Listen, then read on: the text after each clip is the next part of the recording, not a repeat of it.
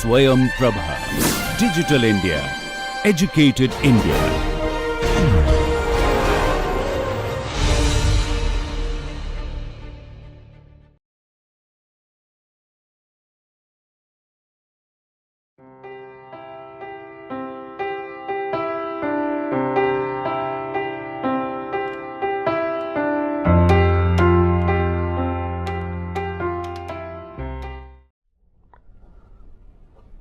Welcome to today's lecture. In the previous classes we have discussed certain important type of ore deposits that result from magmatic processes and sedimentary processes. For some time now we will be discussing on the hydrothermal processes. What exactly we observe are the hydrothermal deposits of a wide spectrum of them occurring in wide diversity of geological environments in different parts of the crust. We have seen their distribution in space. So, we will try to look at the hydrothermal deposits and attempt to understand the hydrothermal processes. Just to recapitulate, in the classification scheme that we proposed for mineral deposits, I would like to draw your attention to all these boxes in which the specific deposit types are in blue. They have one thing in common, that they owe their origin to the activity of a fluid, a hot aqueous fluid, which we call as the hydrothermal fluid.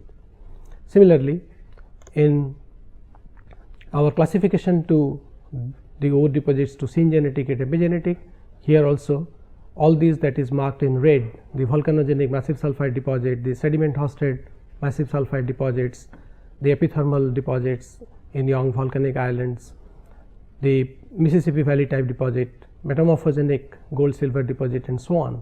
So, all these in red have a commonality that they owe their origin to activities of a hot aqueous fluid, which we call as the hydrothermal fluid. So, we can break the term hydrothermal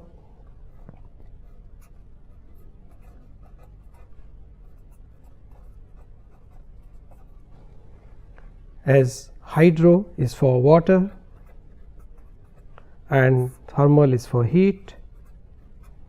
So, essentially it is a heated water, and this, what is the temperature range in which we consider this hydrothermal fluid or call them as the hydrothermal fluid, is the temperature anything to start from 50 to 500 degrees centigrade. So, once we fix the range, or we know that the temperature range of this fluid is anything between 50 to 500 degrees centigrade, then it's obvious that these fluids could not be derived from only a single source. They have to be, their source has to be multiple, which we will see them. Now, why we think that these deposits, as we saw in the previous two slides, that why do we say that they owe their origin to a fluid? Suppose I will show you a very common situation of occurrence. This represents a common crustal rock,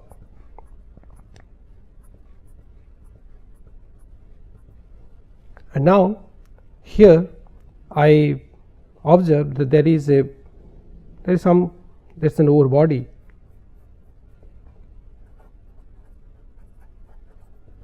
of any particular metal, any, say, let us copper, lead, zinc, or gold, whatever it could be.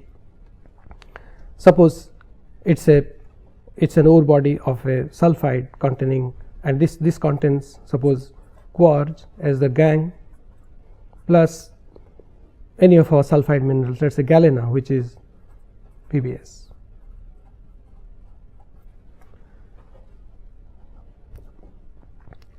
In the old days, when these science of ore geology, mineral deposit formation was at its infancy, there were many views that were proposed by many philosophers, scientists. There was one view was that all these deposits like this one, they result from by the activity of a magma, a molten material that is being emplaced into the common crustal rock. It was actually a view which was more popularly known as the Plutonist view. The other opposing view which was proposed was that it was more commonly known as the theory of lateral secretion, means it is all the activity of the water which scavenges the metals from the surrounding rocks and deposits them on a suitable locale. So, that was the Neptunist view, or the concept of lateral secretion. Now, let us try to see the logic that had this particular material been of a much, because we know that if we have to bring a quartz and a galena like sulfide into a molten state, the temperature has to be very high, greater than 1000 degrees centigrade at least. Now, if such a material is emplaced within the common crustal rocks, what would you expect? We would expect that this particular material would have some contact effect, or we call them as a baking effect, and we would be getting this immediate contact, this rock, to be baked or be affected by the high temperature.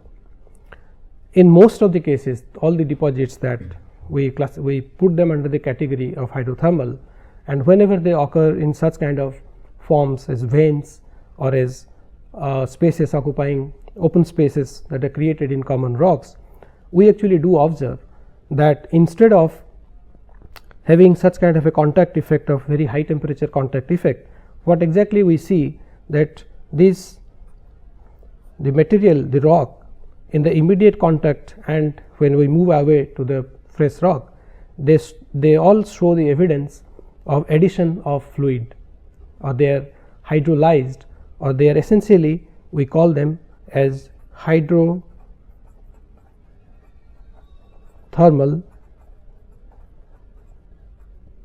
alteration. So, this hydrothermal alteration may be occurring in zones,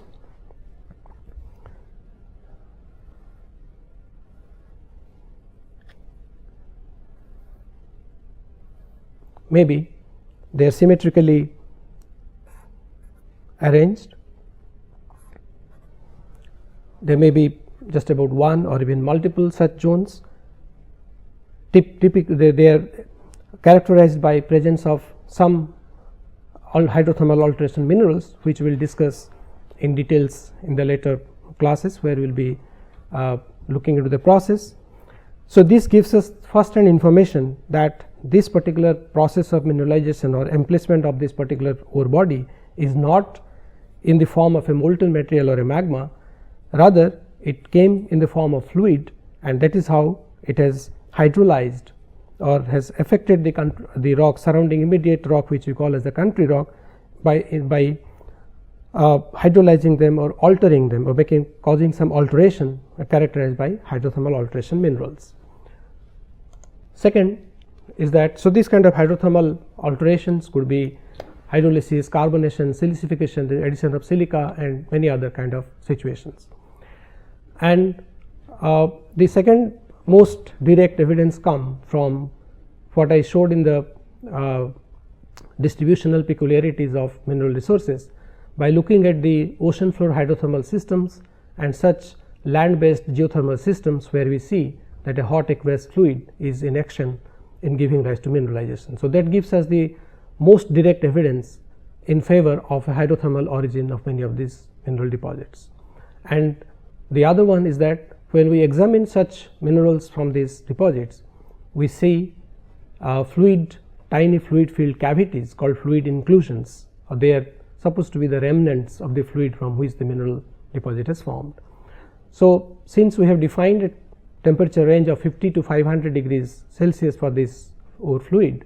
We call them as ore fluid, hydrothermal fluid. Synonymously you can use the two terms. So, these are the different possible sources that we can propose for them. The first one, it is of course not in terms of importance, but the first one is the juvenile fluid. Juvenile means the fluid which has never been a part of the normal hydrologic cycle. It is supposedly from the mantle to the process of devolatilization of the mantle. In many of the ore deposits that we have studied, there is hardly any direct evidence of or direct indication of any of the rather it is rare. So, this is always possible candidate to be a fluid, ore fluid. Majority of them, many of the deposits which we will be looking at in this particular in subsequent topics here, the magmatically derived fluid, and these magmas are generally the felsic magma, which have lots of volatiles dissolved in them when they generate in the middle or the middle part of the crust. The metamorphic fluid, the fluid which is liberated during the process of devolatilization of rocks which undergo metamorphism in high temperature and pressure conditions. The connate water, with the water which remains trapped within the pore spaces of sediments for a considerable period of time, and by that process have changed their chemistry to certain extent depending on the kind of sediments that they are in. And the meteoric water is the water which basically is our rainwater, which falls as precipitation on the surface. In many of the deposits we find a very big role played by the meteoric fluid, meteoric water, in bringing about mineralization, and the sea water, which is a modified meteoric water, and we all know its chemistry is different from its salinity is higher, about 3.5 %, and it's very the chemistry is pretty complicated. But then many situations we find that is the sea water, like situations in volcanogenic massive sulfide deposits, it's the important component. This is a schematic diagram taken from the book of Lawrence Robb. So, it is just a cartoon, you can say, that showing the possible sources. Here is a igneous intrusion, it could give off the fluid during the time of its crystallization evolution to give magmatic fluid. These are the strata which are being metamorphosed at high pressure and temperature conditions. They can release the fluid during the process of devolatilization, maybe water, carbon dioxide, and many other species like sulfur bearing species charged with them. Similar is the case of the magmatic fluid, which is dominantly water plus carbon dioxide plus sulfurous species like sulfur dioxide, H2S, depending on the oxidation state. Sea water is a meteoric water, and connate water. This diagram is very self-explanatory. This shows as the sedimentary strata, and the fluid being liberated from these sedimentary strata, which were trapped within the pore spaces of sediments for a long geological time, changed its composition, and in response to some tectonic activity or just by some process through which the fluid could migrate and cause mineralization at different suitable locales. This is a diagram which gives a better overview. Here is the depth range. This is also taken from the book of Lawrence Robb. This is hydrothermal fluid. This is the depth condition. So, the ones which will be here will be definitely be the surface fluid, the meteoric fluid, or the low temperature fluid, which are the sedimentary basinal fluid, and as we go deeper down, so they will be magmatic or the metamorphic fluid. We see some of the deposits like porphyry copper deposit here, tin tungsten or the porphyry tin or tin tungsten deposits, the skarn deposits, and as we go to the more superficial region, we see the volcanogenic massive sulfide, which is dominantly by the sea water, then the stratiform copper deposit, the Mississippi Valley type deposit coming from the connate water, and these are the epithermal deposit like the ones which is associated with young volcanic island like one in Japanese. This is the iron oxide copper gold. So, this gives you a spectrum of deposits, and these arrows essentially indicate that this mineralization process in the hydrothermal system generally involves multiple sources of the fluid which are in action. Sometimes a magmatic fluid could mix with a meteoric fluid, a basinal fluid could mix with a meteoric fluid, a metamorphic fluid could mix with a meteoric fluid or a basinal fluid, and we try to retrieve the signatures of such conditions of chemistry as well as the thermal regime of the fluid through our systematic investigation of the ore minerals and the associated silicate and carbon minerals associated with the ore.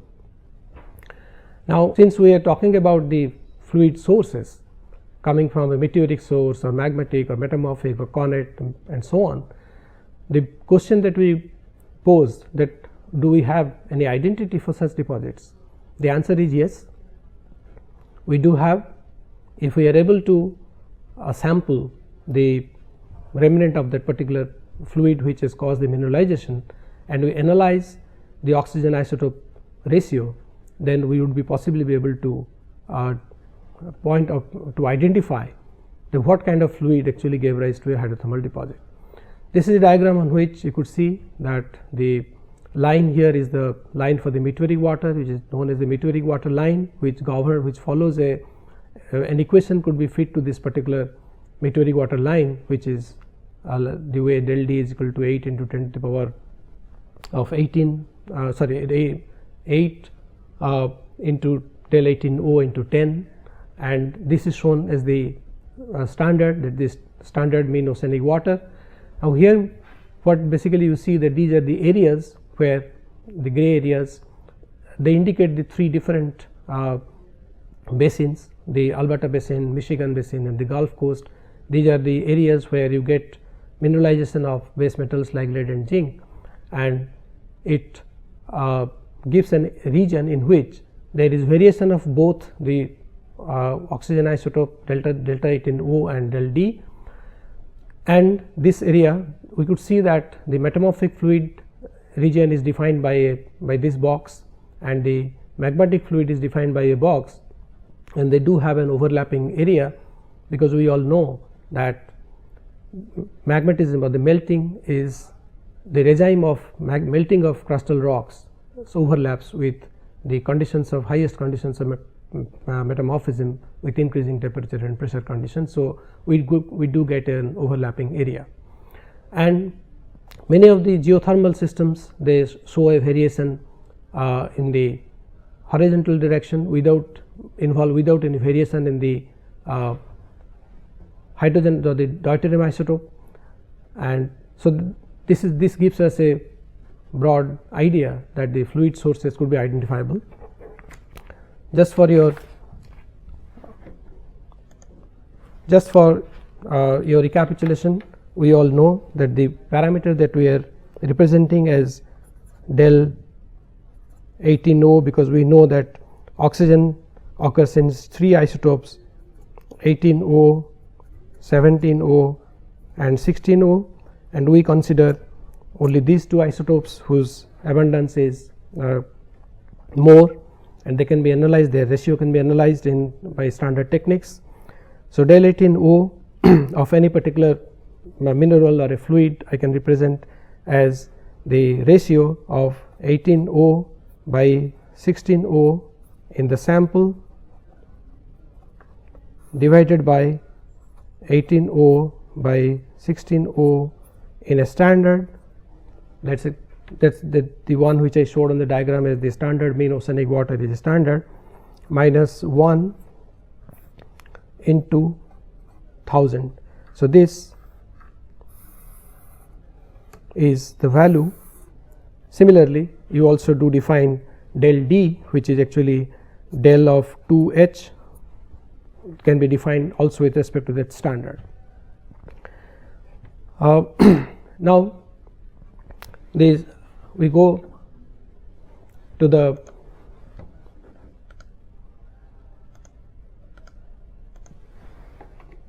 to ask the question as to whether we do have any means, because when we are talking about the thermal regime of 50 to 500 degrees centigrade, we have defined for the range of the hydrothermal fluid. Is there a way that we could also estimate the temperature of the ore fluid? The answer is yes. We do have two important techniques to retrieve the thermal regime or the temperature of the ore fluid. during the formation of the mineral deposit of interest. So, we can one of the method is our oxygen isotope. We do have something as an oxygen isotope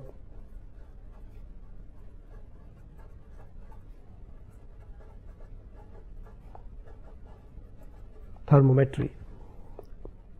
This oxygen isotope thermometry can be considered in the context of a mineral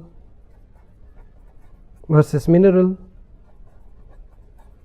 or it can be considered in case of a mineral and fluid, say for example mineral water, say it could be a quartz and a mineral like say magnetite, and it could be a situation like a mineral quartz and water, because we know that these two can always exchange. So, this actually the basic principles of it, even though we do not have a scope into getting into the detail of it, these isotopes, this heavy isotope as 18O fractionates between the different reservoirs. Like we know that when water evaporates from the surface of the ocean, the water vapor becomes less in its 18O concentration, or we mean by saying that it is depleted with respect to the heavy isotope. Similarly, when different reservoirs or different minerals and fluid they react in those kind of scales, they do fractionate the heavy isotope, the 18O, which can be very well utilized to determine the temperature. I will just try to explain it in a very simplified way. If I put SiO as 18 plus Fe3O3 O as 16, I could write Fe3 O3, these are also this also is 16, and as 18 plus SiO 16 and O is also 16. That means one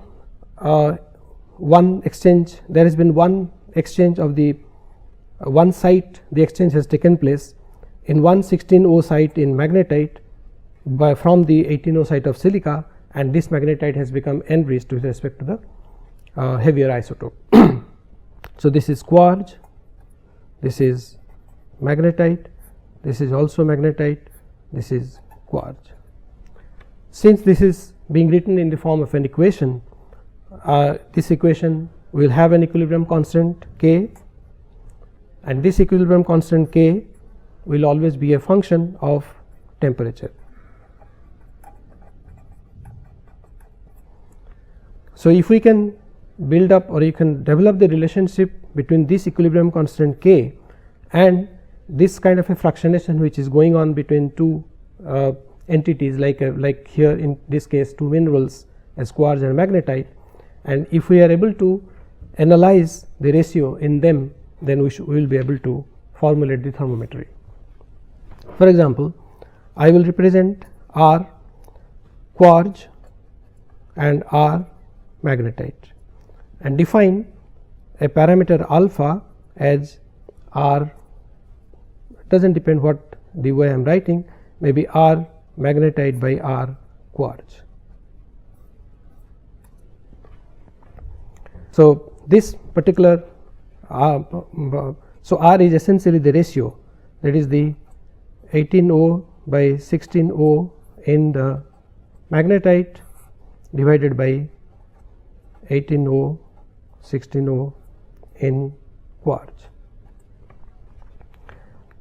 And from the fundamental relationship that we have developed, or we have defined the way the del 18O is being put. So, I can write say R magnetite by R standard will be equal to delta of magnetite divided by 1000 plus 1. Similarly, I can also write R of quartz divided by R of standard is equal to delta of quartz. Delta means I mean delta 18O of quartz divided by 1000 plus 1. So, this will lead me to write as R magnetite by R quartz as something in the form of delta magnetite plus 1000 divided by delta quartz plus 1000.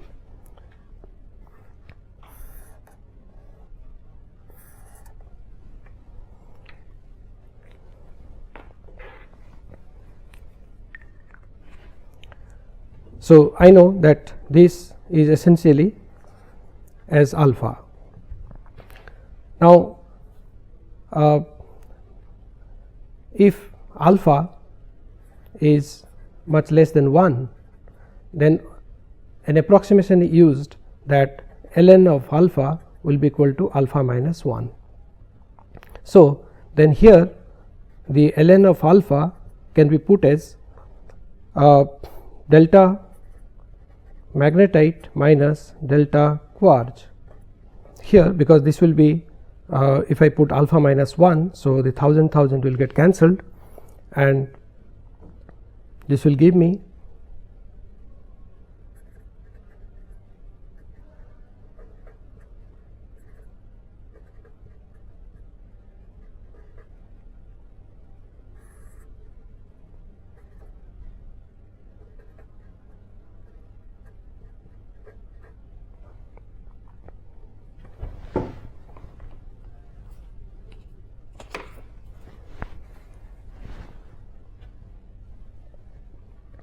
okay. So, now this becomes alpha as delta of magnetite, 1000 get cancelled. So, this becomes delta of magnetite minus delta of quartz divided by 1000 plus delta of quartz. Here again I will take an approximation that if delta of quartz, which is much less than 1000, so this can be reduced to just as 1000. So, this becomes 1000 ln alpha will be equal to delta of magnetite minus delta of quartz, which I can represent as a symbol delta magnetite quartz. So, now as I have already told that alpha is related to K and which is a function of temperature. So, this quantity, which is the delta of magnetite and quartz, is nothing but the difference in the ratio of the del 18O in magnetite and del 18O in quartz, which is measurable, and this. So, from that we will be able to, once we know the relationship between this K and the temperature, we can always formulate a thermometric equation as something like 1000 ln alpha will be equal to say something say A into 10 to the power of 6 divided by temperature square plus say B, and there are several such pairs for which these A and B terms are evaluated, several mineral water and mineral pairs for which such kind of things are formulated, and this gives us the direct means of estimating the temperature, assuming that they represent the same equilibrium state in which they formed to retrieve the temperature of the ore fluid. So, we stop here today and we will continue in the next class.